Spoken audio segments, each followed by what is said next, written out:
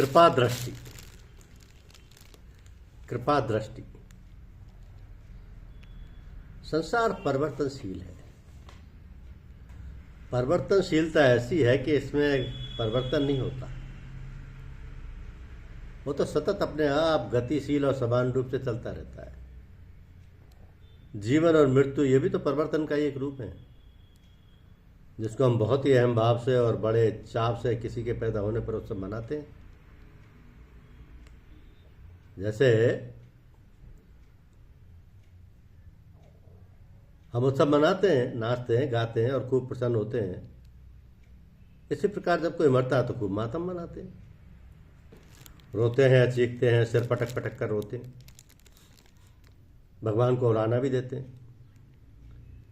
ये सब जीवन की साधारण घटनाएं हैं जो हम प्रतिदिन देखते हैं, सुनते हैं, अखबारों में पढ़ते हैं। आखिर ये है क्या? ये केवल हमारा दूसरों को देखकर उसका अनुसरण करना है और अपने आप को उसी प्रकार करने कराने में लगा देना, न सोचना न समझना, बस केवल नकल करना, देखा देखी करना। किंतु जो लोग विचारवान हैं, बुद्धिमान हैं, जो समझबूझ से काम लेते हैं, किसी का अंधानुकरण नहीं करते, वे अपने जीवन को कुछ और प्रकार से चलाते हैं। उनका चलन और व्यवहार कुछ और ही प्रकार का होता है कि हम देखते हैं जो मनुष्य जितना ही विचारशील, ज्ञानी, ध्यानी है, उसका व्यवहार, चाल चलन और रहन सहन एक प्रकार का मानक बन जाता है, स्टैंडर्ड बन जाता है, एक मिसाल या उदाहरण बन जाता है कि किस प्रकार जीवन को चलाना है।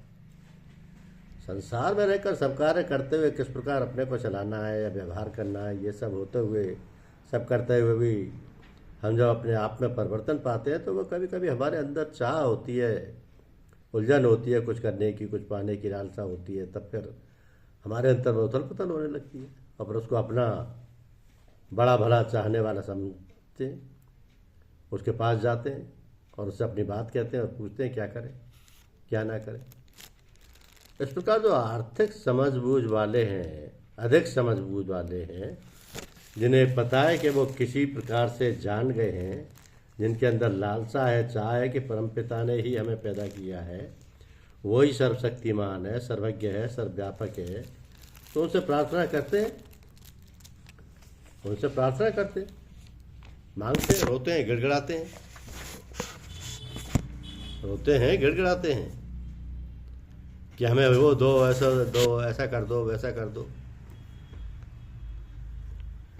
हमारे जब भगवान अंतर हृदय की पुकार सुनते हैं तो वह तो दयालु कृपालु हैं, हमारी कामनाओं की पूर्ति कर देते हैं।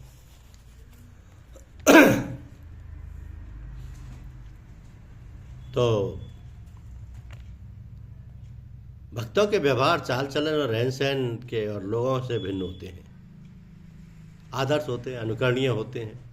उनकी प्रार्थना तो निष्प्रय, निस्वार्थ होती है और उसे ही शायद वंदना कहते हैं, जिसमें स्तुति है, प्रशंसा है, कोई मांग नहीं है, कोई इच्छा नहीं है, क्योंकि वे तो भगवत परायण है, उसी के आश्रित है। करना तो परमपिता ने ही है। जैसा संसार में माता पिता अपने संतानों के प्रति अधिक संवेदनशील होते हैं, परमपिता भी संवेदनशील होता है। वो तो सर्वांतर्यामी है, सर्वशक्तिमान है, सर्वव्यापक है, तो फिर हमें चिंता क्यों?